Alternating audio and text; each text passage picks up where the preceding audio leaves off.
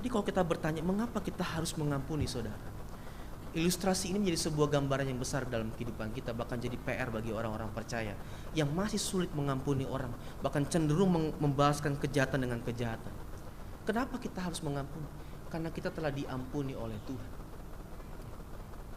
Dosa kita lebih besar daripada hutang kita kepada orang lain ataupun utang orang lain kepada kita. Kesalahan orang lain lebih besar, lebih kecil dibanding kesalahan kita kepada Tuhan. Tapi Tuhan menghapuskan segala dosa dan pelanggaran kita yang begitu besar. Dan oleh karenanya Tuhan menginginkan kita untuk meneruskan pengampunan itu kepada orang lain yang bersalah kepada kita. Kita harus bisa selalu melihat bahwa saya adalah orang-orang yang diampuni oleh Tuhan. Saya adalah orang-orang yang telah menerima belas kasihan Tuhan, yang semestinya tidak boleh menerima belas kasihan Tuhan. Tapi karena Tuhan begitu mengasihi saya, Tuhan mengampuni saya, dan semua pelanggaran saya dihapuskan oleh Tuhan.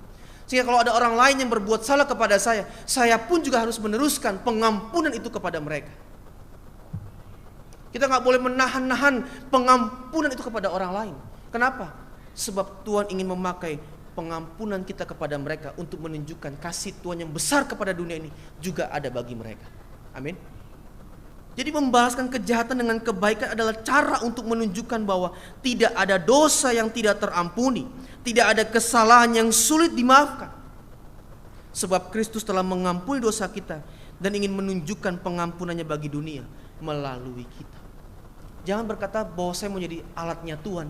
Jangan berkata kita mau menjadi saksinya Tuhan kalau kita saja sulit untuk mengampuni orang lain. Jangan kita berkata bahwa Tuhan pakai saya untuk jadi berkat bagi orang lain kalau saya pun tidak mau mengampuni orang yang bersalah kepada saya. Tidak bisa.